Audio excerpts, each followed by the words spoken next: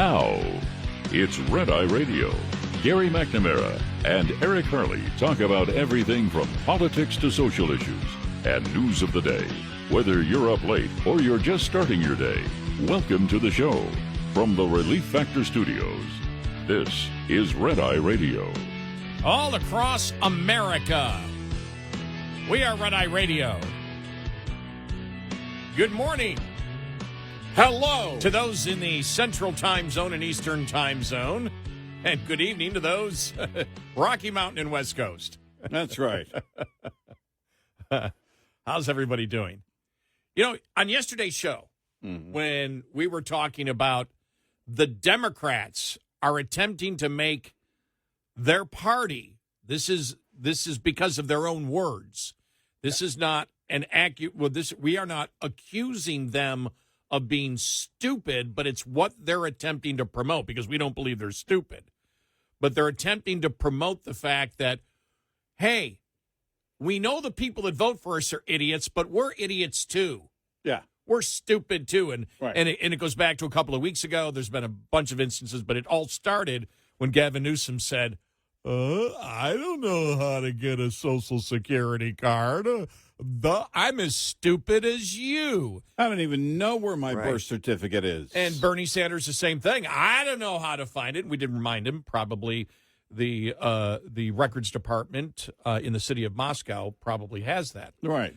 But so we've been bringing up all these instances of them now promoting the fact, and we think one of the reasons is, especially on voter ID, because voter ID is so huge, and they realize, you know, I saw a guy yesterday on X it was a black gentleman, just went bonkers at the whole thing, just saying, you know, how dare you? How dare you do this? You know, the racism of the Democratic Party is what he was talking about. And it was fascinating to reason. Here it is. Chuck Schumer, the SAVE Act is Jim Crow 2.0. It would disenfranchise tens of millions of people. And this guy writes, go F yourself, Senator. As a black man, go F yourself. Especially when I know you're attempting to triangulate black people into giving third world illegals voting rights, so that your party can stay in power forever and ever. You're an evil man. There you go. And the point that he writes, you're trying to triangulate black people into giving illegal immigrants voting rights. And you're attempting to use racism as a way to do that. Yeah, of course. And I thought, by the way, something they've been doing for a long time. You know, this is something they have been doing. Again, it's part of it. Really is the core of identity politics. It is the Bernie. You're not capable of making it. You'll never make it, because the billionaires and the billionaires and he used to say millionaires and billionaires, but now that he's a millionaire, he hardly ever says millionaires. Now that he has the latest 3 homes. That's right. Why does anybody need 3 homes? I don't know. Bernie was the one saying we don't need 54 different deodorant brands. Right. You know, that's a waste of time. We could take that capital and we could have the government do this, blah, blah, blah, blah, blah, blah, blah. Well, you got 3 homes. Nobody needs 3 homes. Right. Exactly. Why don't liberals hold him accountable for having 3 homes? Right. And he used a private jet on the No Oligarchy tour. Right. And where has his money come from? His money has come from the capitalist system telling you that capitalism doesn't work in the books that he's written. That's right. And oligarchs. And oligarchs. Actual oligarchs from Russia. They can do it. We'll do it too. You know, but this is the basis of the playbook of identity politics. Use minorities as the leverage, and the reason they need to create more and more victims. You're a victim because of this. you belong in this group and now subgroup and now new subgroup and now new subgroup, more and more victims every day. And as they create more victims, then by default, they create more oppressors. But that's why I believe, as I said yesterday, I sense this is a first indication that they're realizing that the way to get around that is to say, well, everybody's an oppressor. Everyone's now an oppressor of us stupid people because they won't take care of us stupid people, and we're the stupid party for stupid people. And you're not just stupid if you vote for us. You're not just not an idiot who cannot do the average things that an average person can do in society, but we are also complete idiots and morons, and we don't know how to run our own lives, and so we need the government to take care of us from the oppressors, which are all Republicans who talk more about, well, you're the one that determines whether you're a success in your life or not. Well, we can't be a success in life because we're a bunch of idiots. Yeah. I'm an idiot. I'm Gavin Newsom. I'm an idiot. I'm Bernie Sanders. I'm an idiot. And we're the leaders of idiots. Yeah. That's what they were doing, attempting to sell. Now, the reason I bring this up is because of everything that went on at CNN the last 48 hours, and then Abby Phillips. Now, one of the things is, we talk about, the Scott Jennings things and when stuff like that goes viral, but the show isn't doing that well overall. I mean, I think one of the problems is what you have is Republicans arguing Democrats. It's not conservative versus liberal. It's Democrats, going against Republicans. Personally, to me, that doesn't do anything for me. I want to hear the discussion of the ideas and people telling the truth. If you can't defend Trump and you attempt to do it, it looks weak. Right. If it's obvious that Trump is wrong in something, but the majority of what they do is they put out ridiculous things defending the Democratic Party, which is why they've lost so much of an audience, because, as we said, the worst thing you can do in politics is start defending something where people are self-aware and they know what's going on, and you're telling them that what is actually out there and what they know to be true is not true. But Abby Phillips, to me, and I think I said this in the last month, I believe it was on the air.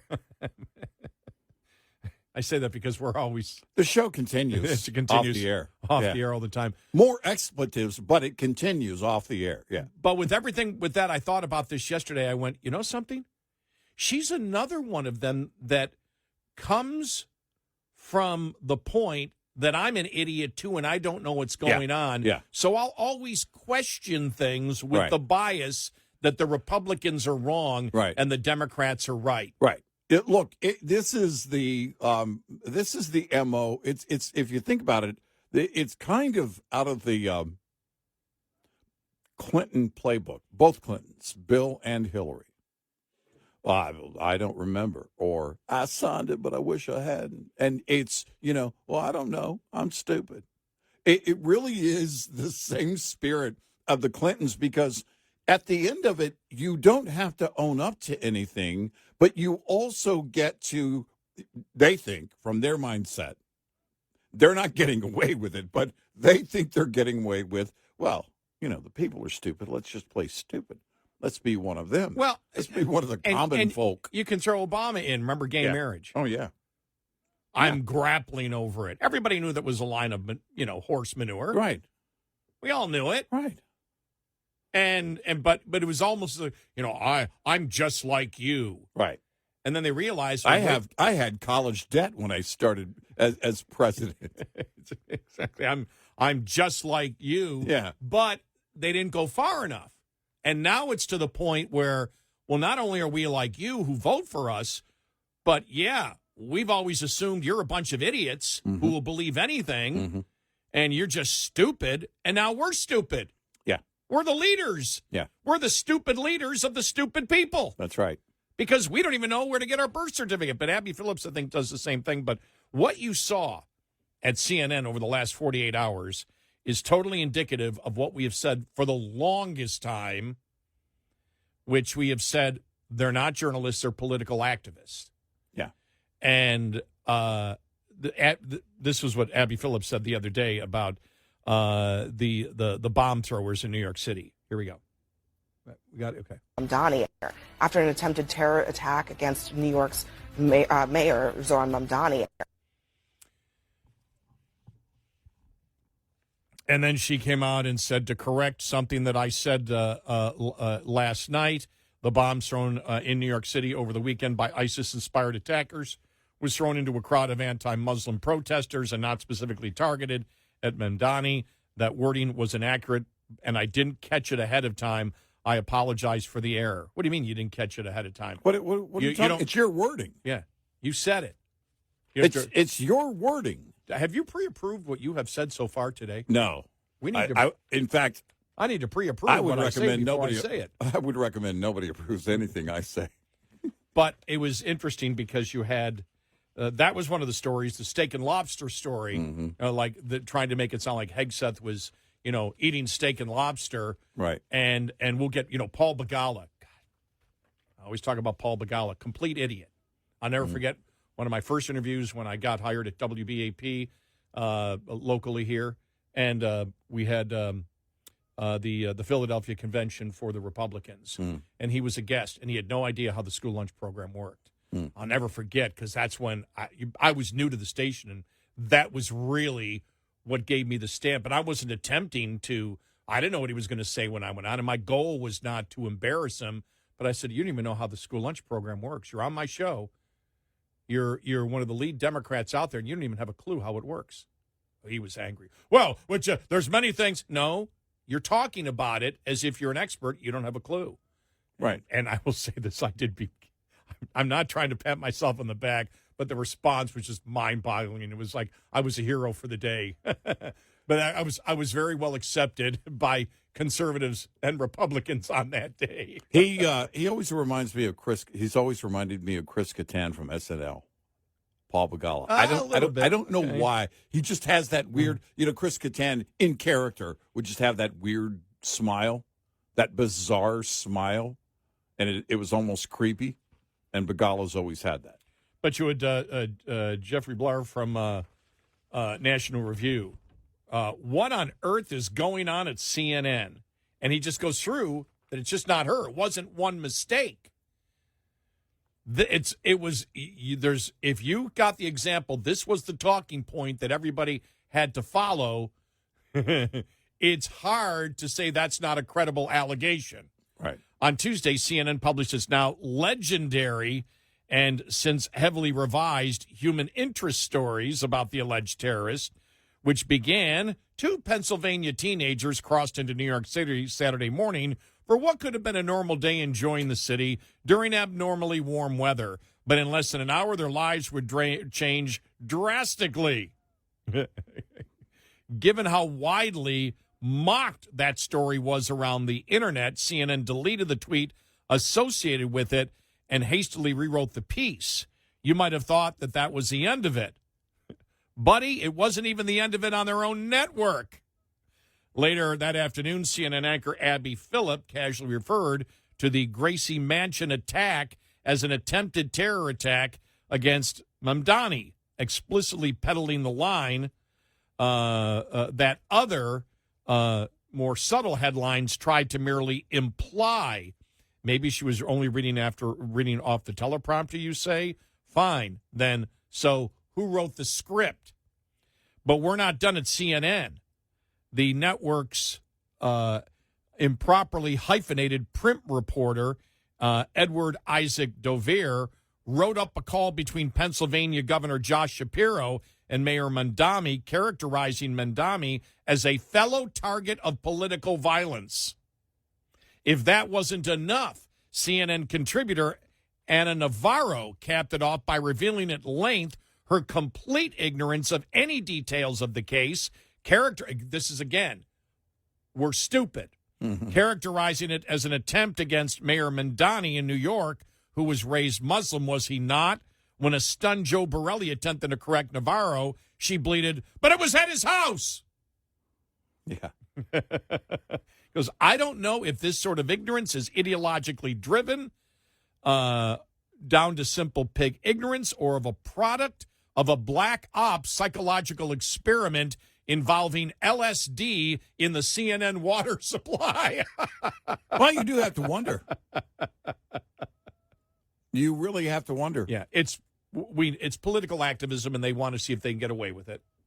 You know, what I wonder is if the Paramount Plus deal goes through with Warner Brothers, that means that Paramount Plus will own CNN. And Paramount Plus owns CBS. If you're doing the math there, Barry Weiss, who's in charge of CBS News, the question would be, would they also put her over CNN? And I thought of that when Anderson Cooper said he wanted to leave 60 Minutes and spend more time with his children, which we knew was false because nobody likes to spend more time with their children. And he stayed with his, he stayed with the full-time job, not the weekend job. You want more time with your kids, you stay on 60 Minutes, you leave CNN. But he wanted to leave 60 Minutes, and we all know why. It was Barry Weiss. And I wonder, they haven't made any announcement because the deal's far from done, but if that goes through and Barry Weiss is chosen to oversee CNN as well, I just want, and by the way, I don't know why she wouldn't be. Because the executives at Paramount are the ones that put her in charge at CBS. I don't remember where I first saw the story, but I saw the story said, these bombs thrown at his house. Yes. Yes, that's the very first breaking news on that. Yes. And I believe that's the subtle headlines he's talking about. Right. Yeah. That okay, they're implying that, because the first thought I had was, see, to the terrorists, it doesn't matter whether you're Muslim or not. Mm. They'll come after you. That was my first thought going through my head. And then initially, yeah. Initially, that was the first, right. We are Red Eye Radio. Brought to you by Hot Shot Secret. Hi, I'm Jen Loomis, a transport safety expert at J.J. Keller. Compliance, Safety, Accountability is the FMCSA Safety, Compliance, and Enforcement Program. Its goal is to hold motor carriers and drivers accountable for highway safety. CSA does this by assessing the safety performance of motor carriers and drivers. Motor carriers are assigned a score. The carrier is then grouped with other carriers who have had a similar number of safety events. Carrier scores within the group are then ranked. Low scores are better, so carriers with the highest scores are those that are most likely to be targeted for intervention by the FMCSA. Interventions range in severity and may include warning letters, roadside, off-site, or on-site inspections, civil penalties, or operation out-of-service orders. This tip was brought to you by J.J. Keller & Associates. Visit us at jjkeller.com. Get in touch with Red Eye Radio, toll free at 866-90-RED-EYE.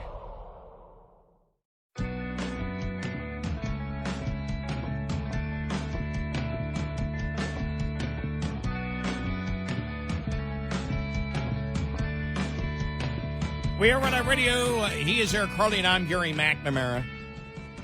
So, so I think yesterday that was a perfect example, because you didn't have it wasn't one person doing it. It was 4 people at CNN all doing the exact same thing and writing stories that were completely and totally false. Yeah. And making statements that were completely and totally false. Right. And if you paid attention, if you spent 1 second paying attention to it, you knew what was going on. As I said, when I first heard it, I went, okay. At his house? Wait, what's going on here? Okay, no. And then, okay, let me read more news stories, whatever. But the fact is, she was attempting to blame Abby Phillips attempting to blame the teleprompter. Right. As if I just read stuff. My gosh, reminds me of Jim Carrey. Right. Or Ron Burgundy. Or Ron Burgundy, or what was it? Steve Carell is that his name? Yeah. The comedian. Right. In the God Story with I can't think of the name of the movie, with Jim Carrey, where they just read whatever comes across and have no idea, what they're saying. Bruce Almighty. Bruce Almighty. Yeah. I don't buy that. No, I don't buy it at all. Those are her words. Yeah.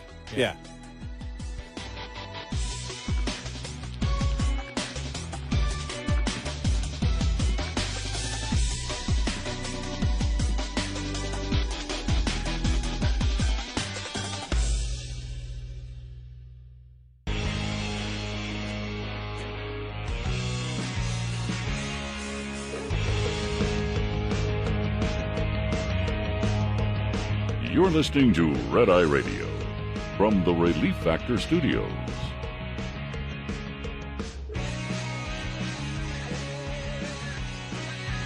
And we are Red Eye Radio.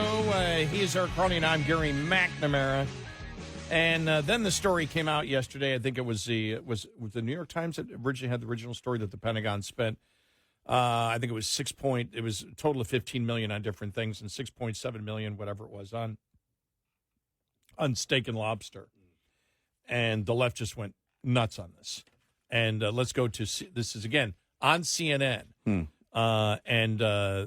This is when that story first came out, and this is Scott Jennings saying, "Internet, do something to try to find out, what the truth was on it," as the story was just breaking. But listen to Paul Begala here. Here we go.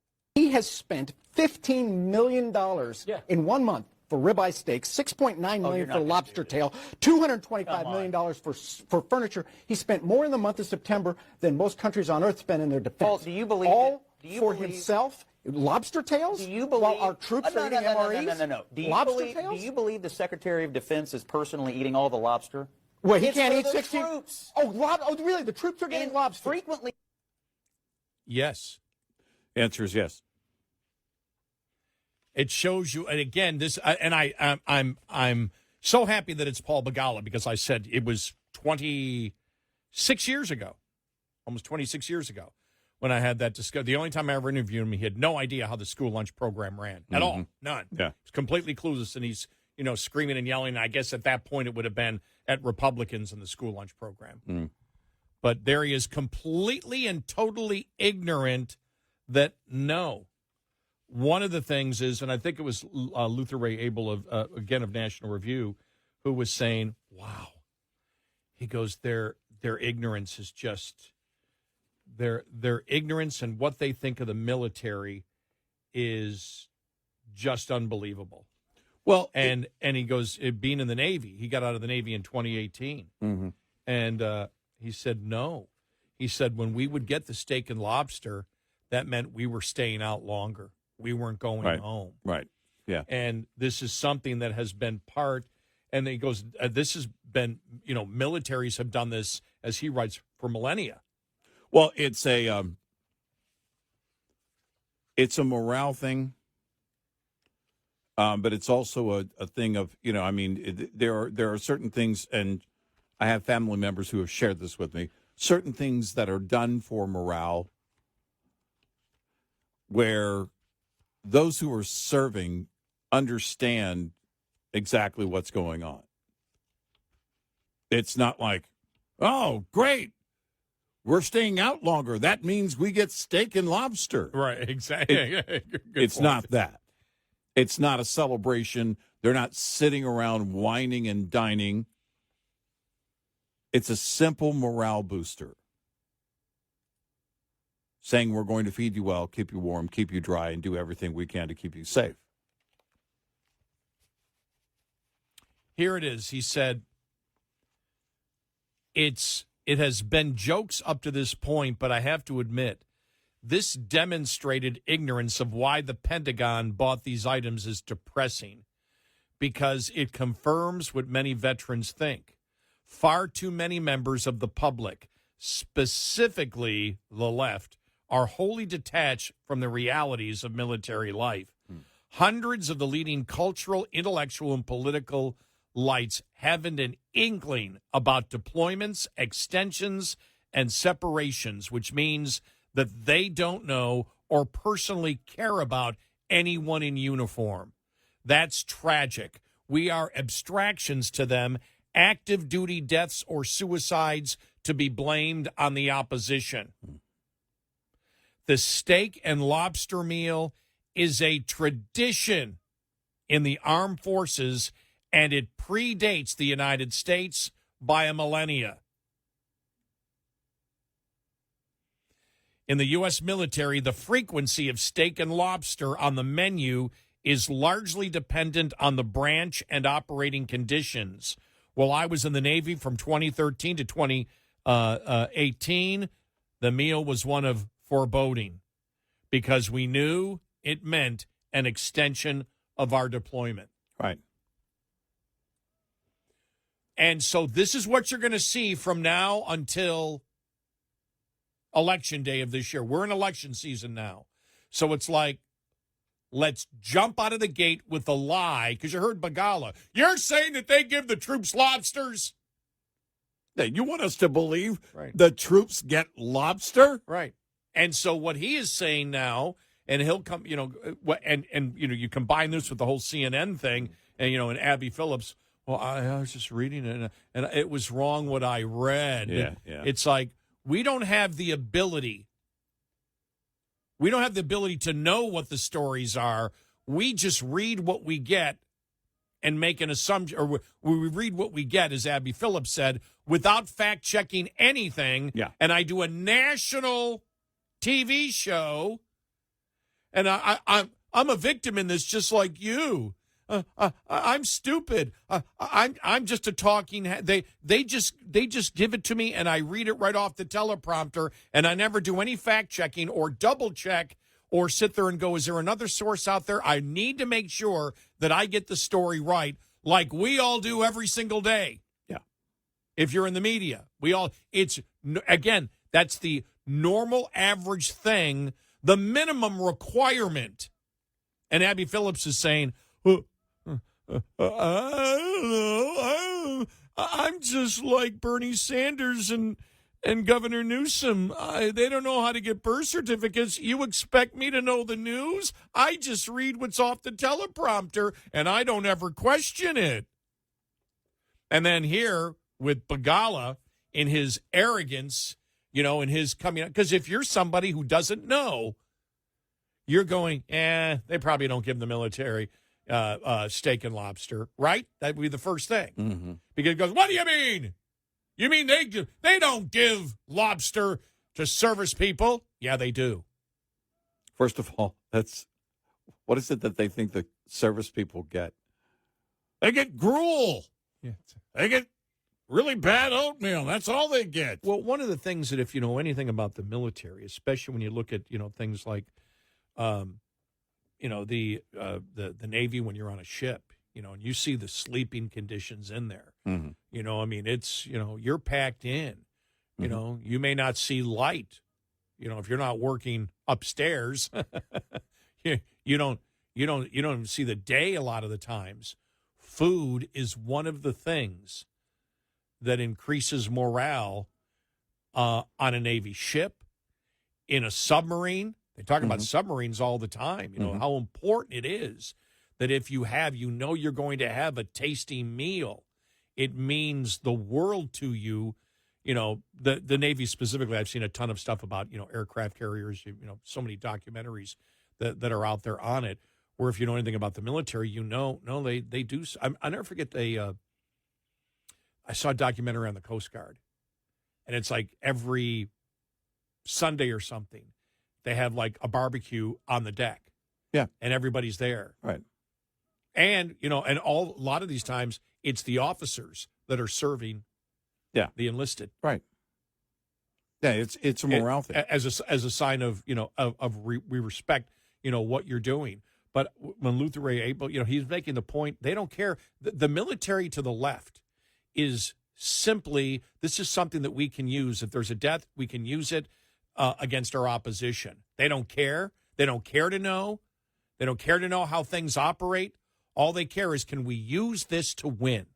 Well, and it makes me wonder if Begala would go further and go, how dare we spend money on steak and lobster for the military? Well, it's going to be interesting to see what happens now. I haven't seen if last night it changed once it came out that there was a couple of documentaries that it was actually I think a series, and they were talking about the chow halls at military schools, and what it takes to run one, right? Mm-hmm. So they went behind the scenes, and we're talking about, top-notch food that you want, the best you can get for them, for where they are, right? And they were talking about, I think it was Friday was seafood day or something, and they went in, and all the cadets were like, "Oh my gosh, yeah, we wait for this day. This is our day. This is, this is the best day. And they talk about what it takes, what they have to do to prepare the next meal, because after dinner they do cleanup, and then next thing you know, boom, they're on to breakfast. It's a 24/7 operation. I have a friend of mine, dear friend of mine, I'm going to see. I've known him since grade school, and he was a cook in the Army. Takes great pride. He's one of the best cooks I know, and takes great pride in that job that he did in the Army. That was one of the jobs that he did in the Army, but he was very good at it, and he talks about it all the time. He said he said from his perspective, never treated it as if, here's your slop, the old mess hall stories that probably go back to when my dad served and my father-in-law served. And I remember the chow hall stories. My father-in-law is notorious for, look, I showed up at chow hall because I was getting free food. I wasn't going to go off the Army post and eat somewhere, with buddies. I wasn't going to spend any money. I was getting free food, so I would eat, and you were taught to get full, to eat, 3 squares a day, and so that you have the energy, what it needs to serve. And so it goes back a long way, the jokes about chow hall, but they MASH. actually take that, MASH would be a perfect example. The food was always crummy. In the field, that was, it was like, well, look at what remember the concentrated orange juice? That was they created that so that they could, basically, it could travel. They could have orange juice for the military. You look at the MREs, right? Ooh, but now you see YouTubers all the time eating them. And they're like, we brought some MREs on our excursion here to the mountains. This is what we're having today. And even those have improved over the years. But the point is that it's a long tradition when we're talking about it's goes beyond eating it while you're in the field or in country, and MREs were really about survival. Oh yeah. And then you go beyond that, though, again in the setting where you might be on a base, on a ship, or at a military school, and they take the food today, especially take the food very seriously because they understand the morale booster. They know that it's not going to get them beyond, the weight of a mission. They know it's not going to, but every little bit of boosting that morale is critical in getting them there and keeping them focused. And, of course, keeping them fed and healthy. Bagala doesn't care about the truth. No. All he looked at, he goes, we can make the case without, either he knows what's going on and lied, or he's completely and totally ignorant of the military because he doesn't care to know about anything about the military unless it can be used as a political weapon against the opposition. Yep. We are Red Eye Radio. Coming up, more with Gary McNamara and Eric Harley. It's Red Eye Radio.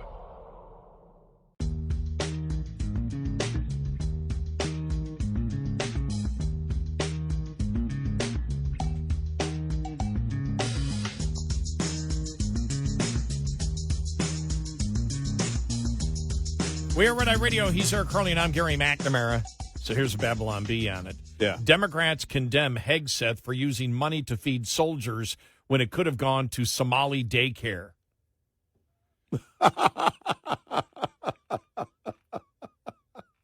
And I just love perfect. I love this one. Famous terrorist attacks as described by CNN. A passionate young man's life was turned upside down after he illegally parked in front of the Alfred P. Murrah Federal Building, directly leading to his apprehension by police on Wednesday. Yeah. A jury of his peers later sentenced him to death. Yeah. And the implication is he got sentenced to death for illegal parking. Right, exactly. But my favorite one that they have, because they go through the Munich terrorist attack, John Lennon's murder, but my favorite one is this one, man falls to death. A German businessman crossed into Los Angeles for what could have been a normal Christmas Eve, enjoying the views from Nakatomi Tower.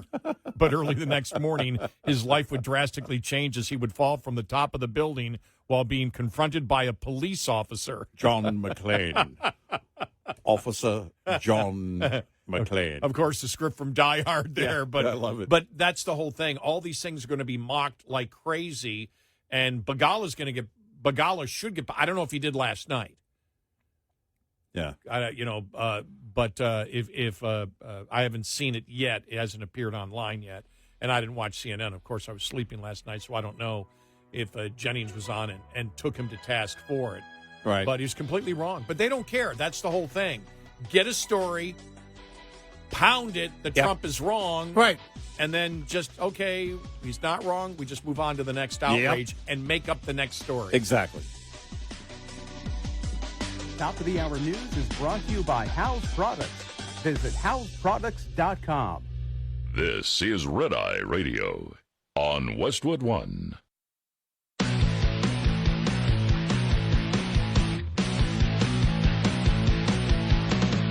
Now, it's Red Eye Radio. Gary McNamara and Eric Hurley talk about everything from politics to social issues and news of the day. Whether you're up late or you're just starting your day, welcome to the show. From the Relief Factor Studios, this is Red Eye Radio. All across America. We are Red Eye Radio. He is Eric Carly, and I'm Gary McNamara. Still my favorite headline was from yesterday. Whoopi Goldberg claims Trump's actions in Iran are meant to distract from the Nancy Guthrie case. That was my favorite. It's so bizarre. I thought about that yesterday because we talked. You mentioned it yesterday. I just mentioned the headline, yeah. And I thought to myself, because I'm trying to wrap my tiny brain around this nonsense of saying these things. And they say them repeatedly. They say stupid stuff all the time. And I'm thinking to myself, if you're one of the lawyers on the set of The View, you're basically just trying to keep them compliant and keep the company from getting sued at this point. But you're having to listen to this gibberish, and you've got to be shaking your head going, what? What?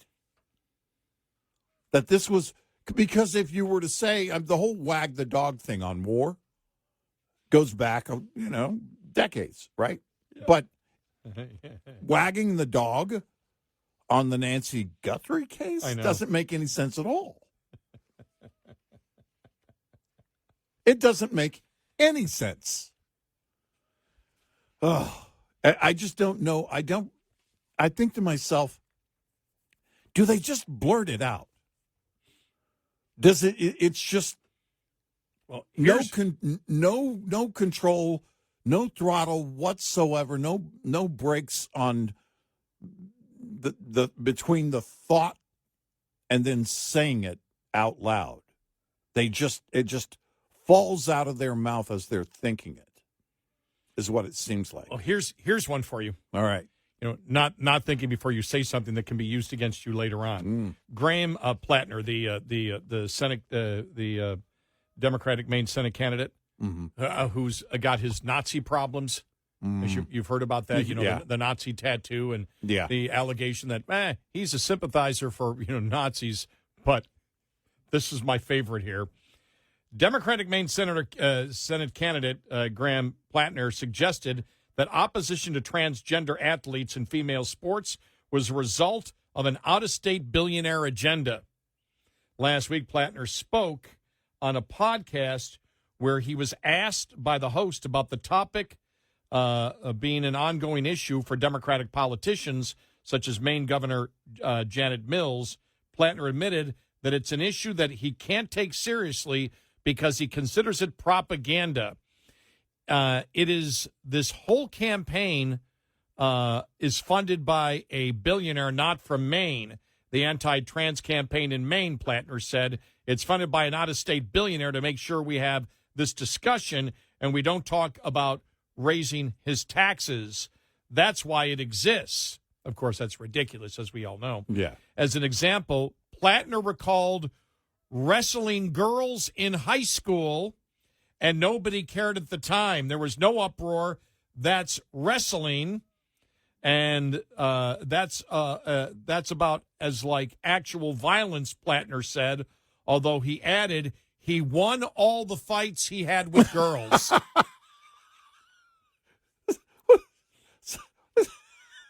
Is it the Andy Kaufman excuse? What is this? What? I mean, my God. It's like I read that, I went, no, look, I wrestled women before, and I beat them all. That's why I'm for it. That's right.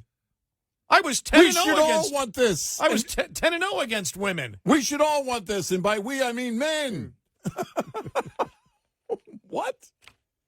You know? Oh my gosh. No damn self-awareness at all. I mean, they live in their own damn bubble.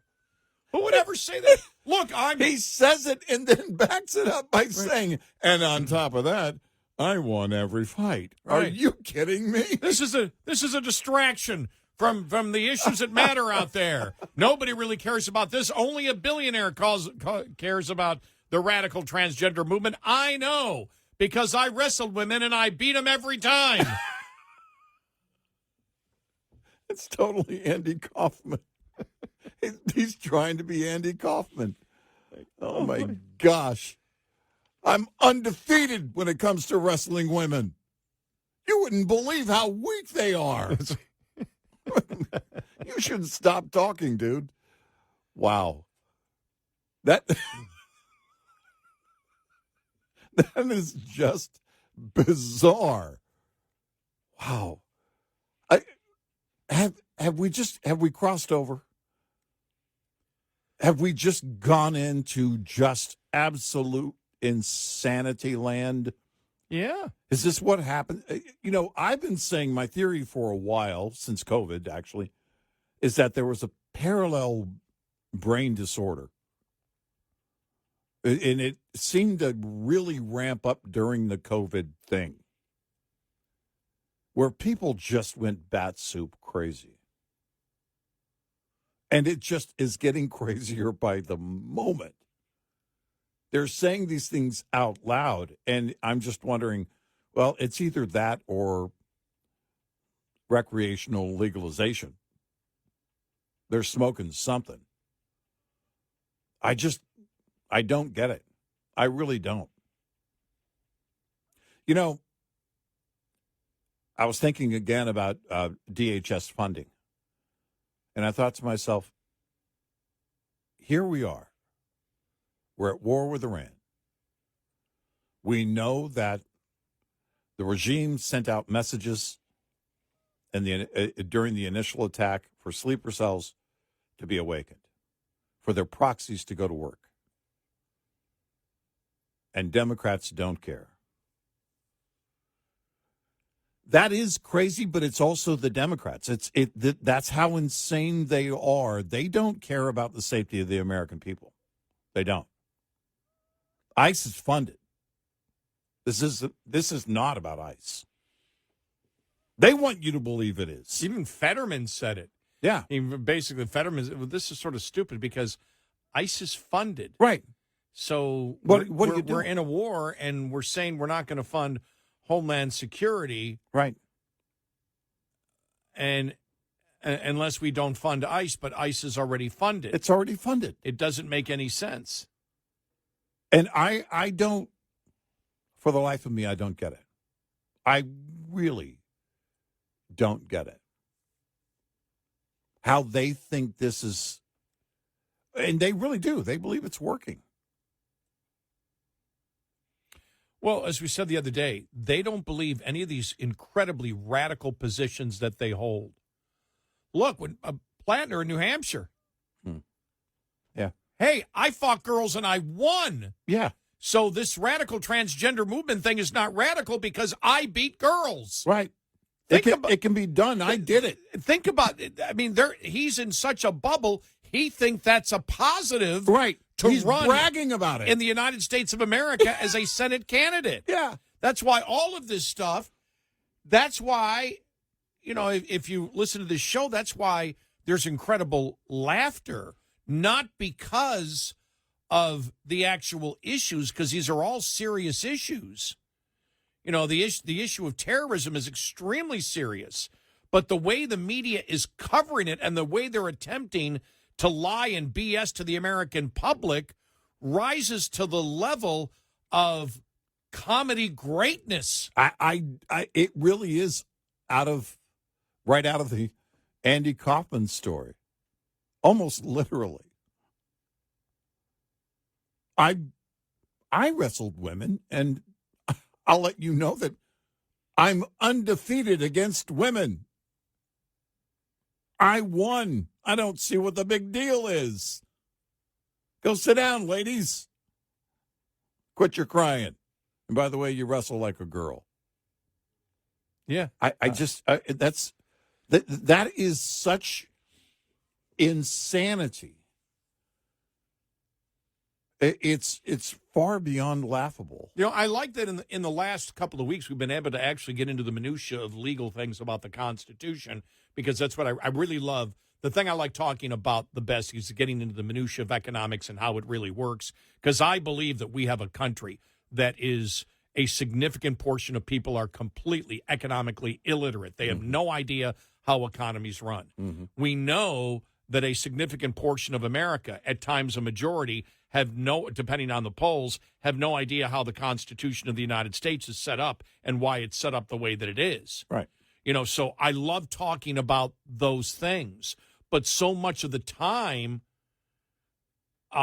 it's spent on absolute insanity and absurdity, which of course we have to cover because they are a party that half the people still support and can still win elections, and they're promoting outright insanity. Yeah.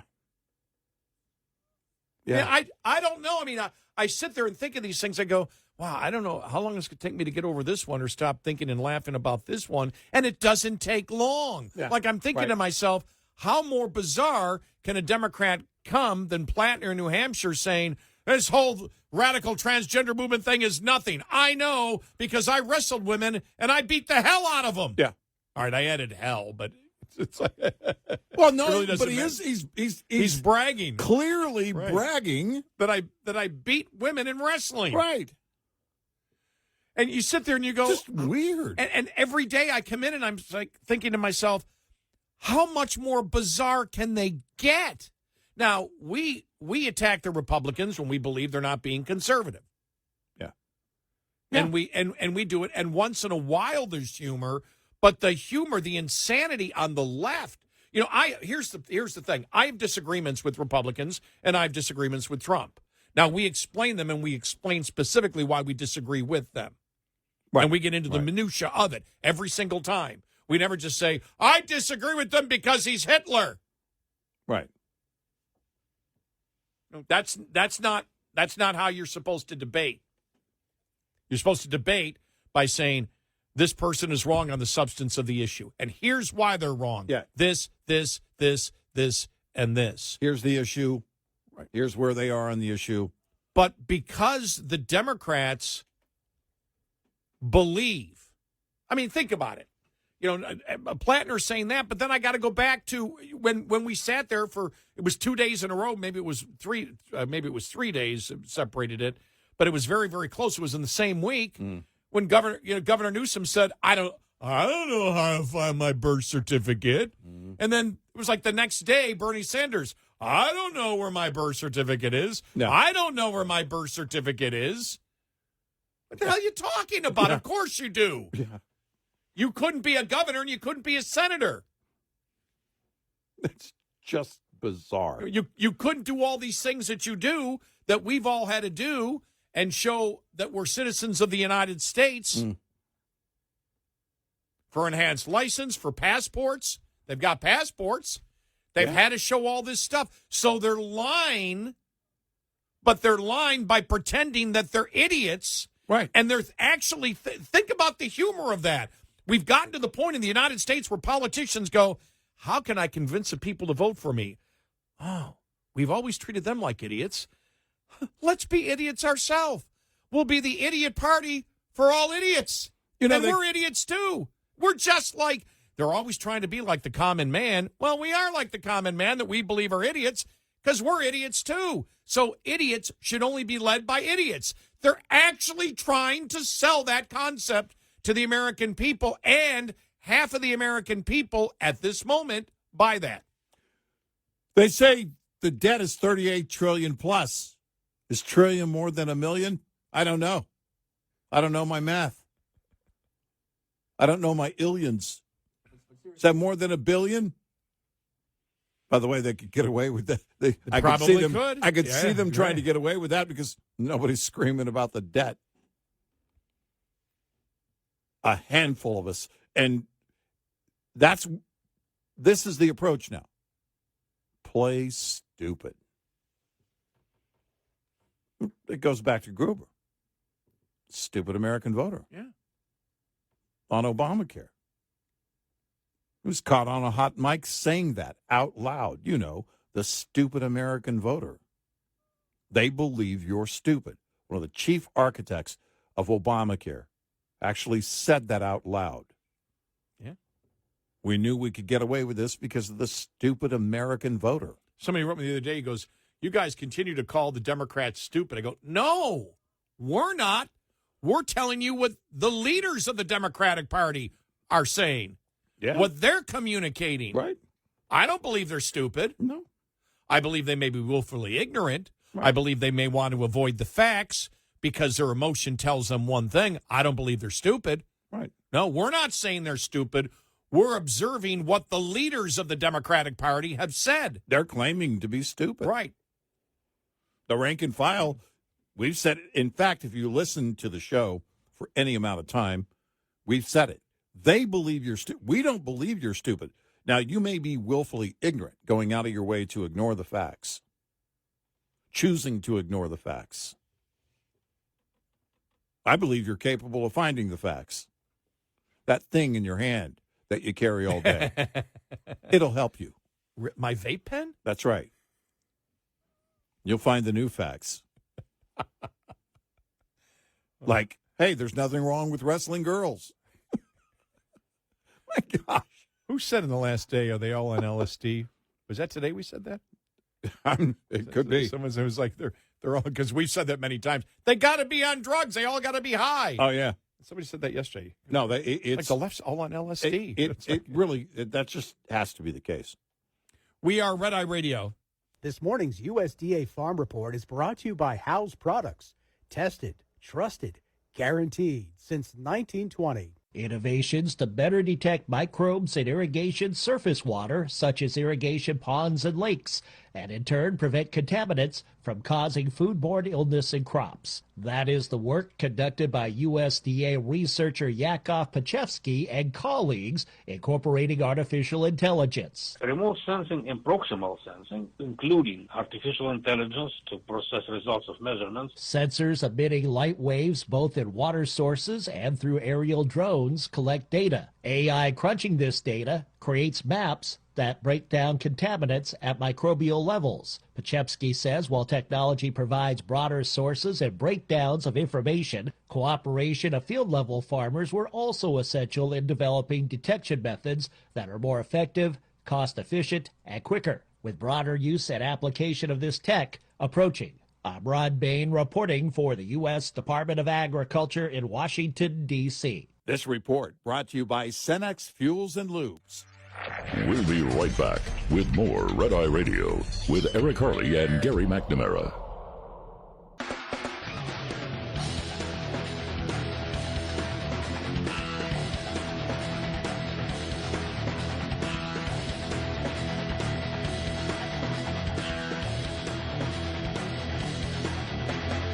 We're Red Eye Radio. He's Eric Harley, and I'm Gary McNamara. You know, we saw the narrative of Democrats saying that none of this would have happened if Trump hadn't ripped up the Obama deal. Yeah, the right. Obama nuclear Iran deal. You know, you had Mark Kelly first come out and say it, and it was like, you're completely clueless. Mm. And we said even Democrats didn't want it, and we played all the clips of it. Here's an extended clip of Schumer who is now backing that whole thing. Okay. That if Trump hadn't got rid of the Iran deal, well, what was he saying in 2015? Here we go. We should not go forward with this agreement. This evil regime has stayed in power without even a slight threat to their being overthrown. The odds to me are too high that they will stay that way. And if they do stay that way, I believe that this agreement is too flawed. Now, that was Democrats, a ton of them, going up against Obama in his second term saying, no, you're enabling Iran to get a nuclear weapon. Yep.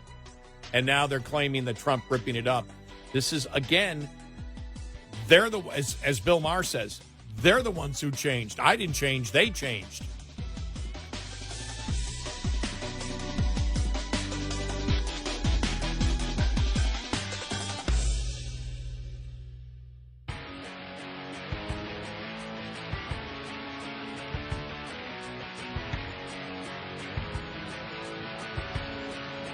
Catch Red Eye Radio live every night on the Red Eye Radio app, available in the App Store. Red Eye Radio.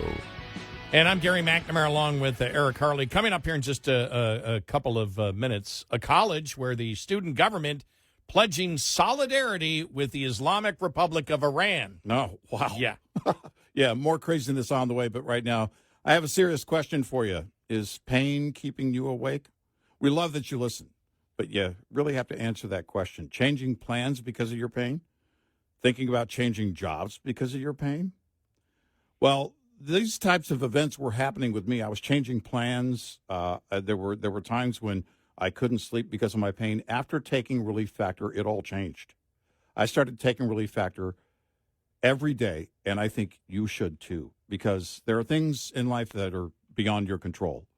Controlling your pain is not one of them. You can take control of your pain with Relief Factor. It's simple. The 3-week quick start will get you started. I'll tell you, it's 100% drug-free. This is what I love the most, and you will get the benefits that I get every day from Relief Factor. The 3-week quick start, real simple, $19.95. Just visit relieffactor.com. Call 800-4-RELIEF, 800-4-RELIEF. Relieffactor.com or 800-4-RELIEF. Make sure you use Red Eye at the drop-down for your 3-week quick start of Relief Factor at $19.95. You know, whenever somebody on the right says, well, no, look at what they're saying. They're basically in support of terrorism, and the left goes crazy. That's ridiculous. Yeah. Well, student leaders at the University of Maryland College Park have reportedly introduced a new resolution pledging solidarity with the Islamic Republic of Iran. Members of the Student Government Association, which represents a student body, introduced a resolution on March 4th following the joint U.S.-Israeli strikes on the dictatorship, the theocracy of regime in Iran. The resolution condemns American intervention in Iran. The SGA calls upon U.S., Israel, Iran, and all other involved international parties to establish an immediate ceasefire in the Middle East. It also condemns the January capture of the Venezuelan dictator, Maduro, who was arrested on charges of international drug trafficking. It reads, the SGA condemns unprovoked U.S. military intervention against Iran, Venezuela, and all countries around the world. The Student Government Association stands in solidarity with all Iranian victims of the U.S. and Israeli strikes, as well as state suppression and their repression and their loved ones. Wow. So there you go. Yeah. You know, same thing with the what you saw in the media from the CNN on the two alleged terrorists in New York City. Right. You know, so it's just it's amazing. It really, really is. And you know, you hate to say it, but it's like, well, no, it's true. You know, they do side with the terrorists. And right now with HHS, I mean, what else can you say? You're siding with the terrorists. You're not doing anything. Right. Well, ISIS funded. If you're blocking DHS funding right now, you're opening that door. Yeah. you're creating a greater risk for the American people. Why would you want to be a part of that? The only thing I can think of is you don't care. You don't care about the safety of the American people. But we've seen this before during COVID. Americans, you better wear your mask and you can't be in groups of 2 or more. Well, that means you can only be alone. Oh, people coming across the border, we don't even need to test you. Go where you like. Sanctuary cities also covered COVID. It's amazing, Gary. It's a miracle of science that sanctuary policy meant you were exempt from getting COVID or spreading COVID. That's the way they treated it. And now you're looking at a threat, a very real threat. And they're talking about, and they don't know, there's a general alert right now about the possibility of the enemy using drones on American soil to attack Americans. And again, they don't know how serious that threat is. They're looking at the possibilities of what the enemy could do. But every law enforcement agency right now is on alert. And you don't want to fund DHS. And they keep citing ICE, and ICE is already funded. There's zero excuse for this. None. Yeah. Except you don't care about the safety. You welcome an attack. Because you're not doing everything within your power. There are things you can put on the commander-in-chief. Of course, they put everything on him. They blame everything on him. But if you're not doing everything within your power to protect the American people, it's also on you. Period. And we did notice, and brought it to the attention and said they don't give a damn about Americans during COVID. They don't. When they left the southern border open. Right. And they weren't vetted. Nope. As we know, I don't know how many hundreds of thousands, possibly millions came across. They were never vetted. Nope. Yet you couldn't do a damn thing if you were an American citizen. Right. They wanted cops. If remember, I'll never forget Thanksgiving and Christmas of 2020. If there's cars outside the funny thing is, I was leaving my house. I thought about that. I'm leaving my house today, and as I backed my car out the driveway, and then I realized I forgot something. And as I got out of the car, I looked in a police car, slowly coming down my street and just parked, 2 doors down. I don't know if they're just sitting on a side street. They got a report of somebody out there or whatever. But I went in the house and came back out, and the car was still there, completely dark. Now I don't know. It might have been somebody visiting someone. I don't know. But I thought about that. I just thought about COVID when they were sending the police. If there's too many cars outside your house, the police may show up. And remember, they actually broke up some parties? Right.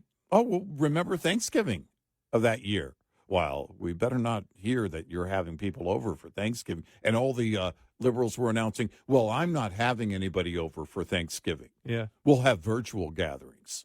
I remember outside in L.A., where if you were walking outside without a mask, they were going to arrest you. Mm-hmm. And here by the millions, they were just allowing illegal immigrants to cross the border, and they weren't vetted at all for their COVID status. Right. And we're just like, they don't give a damn. No, they don't care at all. It was so obvious, and Democrats didn't care. No. They were fine with it. Yeah. And the only excuse there is right now is, and the only answer you can give as to why they're not funding DHS is because you don't care if there's an attack. You don't care about the risk. Well, in my opinion, they want an attack because it'll hurt the president. Right. That's exactly what I was thinking. An attack on American soil. Because give us another Trump, reason. If you believe we're over the top on this, give us another reason. Tell us why they're actually doing it. Right. Why they won't fund DHS. This isn't about ICE. ICE is already funded. We saw the other day, yesterday, when we played the sanctuary city hearing in the Senate. Yeah. The guy from the Cato Institute. He was blunt. in his answer, by not answering it, he wanted open borders. Right. He believes in open. They still believe in open borders. No, nobody would they answer don't the care question. about they don't care about the safety of the American people. Whether it's foreign gangs coming here by the countless numbers, or the enemy wanting to strike on American soil, they don't care. But they defeat their entire argument, because if all of this hadn't happened, you would have had Congress. If all this illegal immigration over the last 40 years, really, in this country hadn't happened, if we were tough on the border at that time, there would have been bipartisan agreement to increase legal immigration. Yeah. There would have been, because you wouldn't have this thing. No, we don't. We just don't want, because right now the American public is like, we don't want any immigration. Right.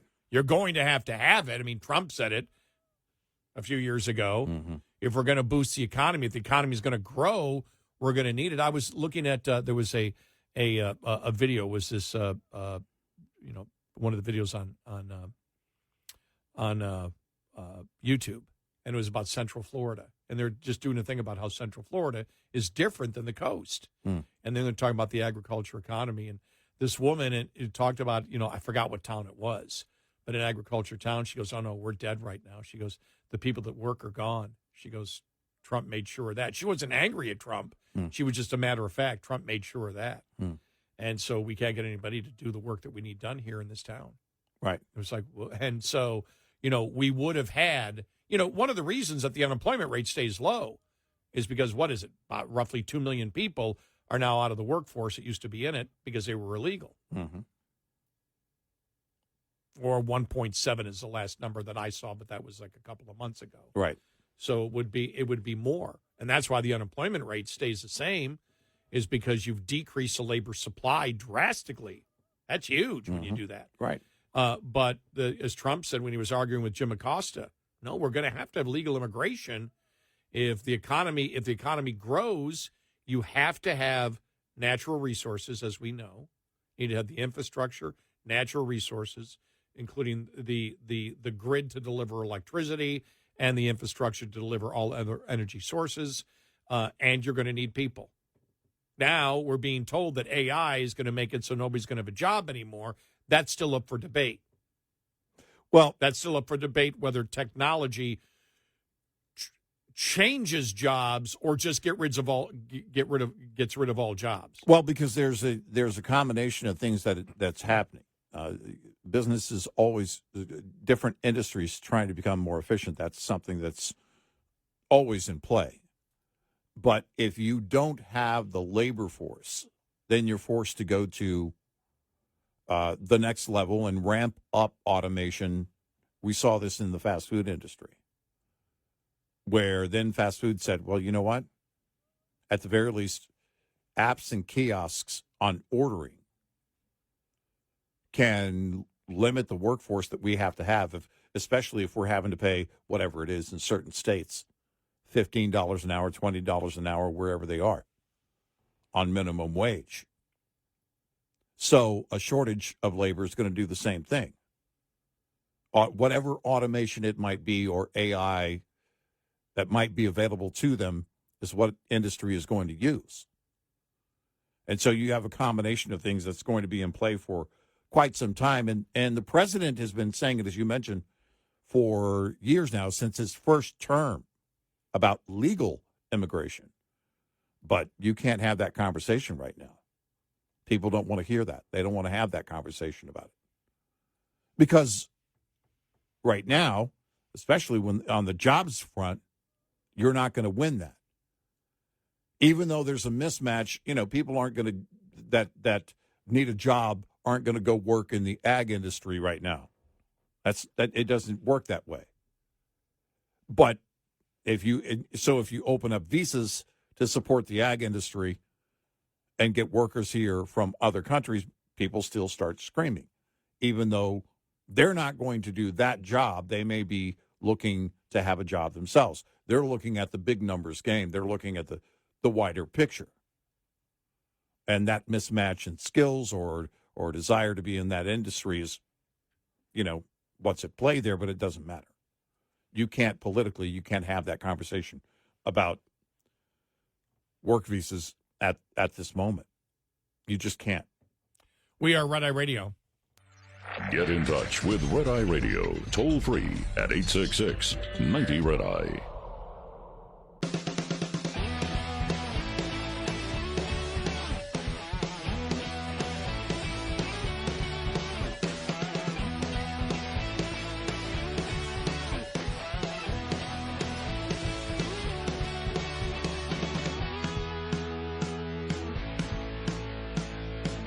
We are Red Eye Radio.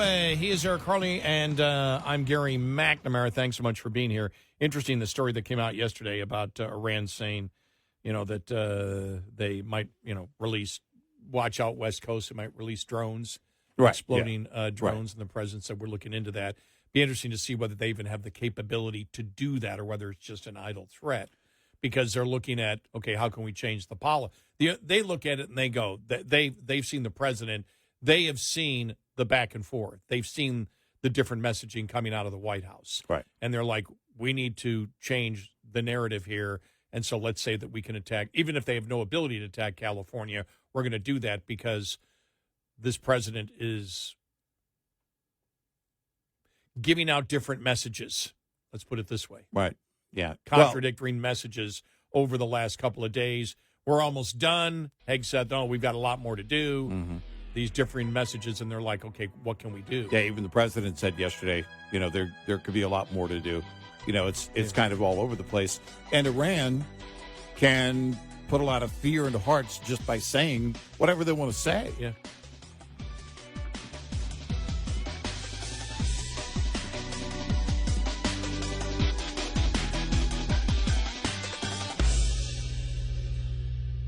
This is Red Eye Radio on Westwood One.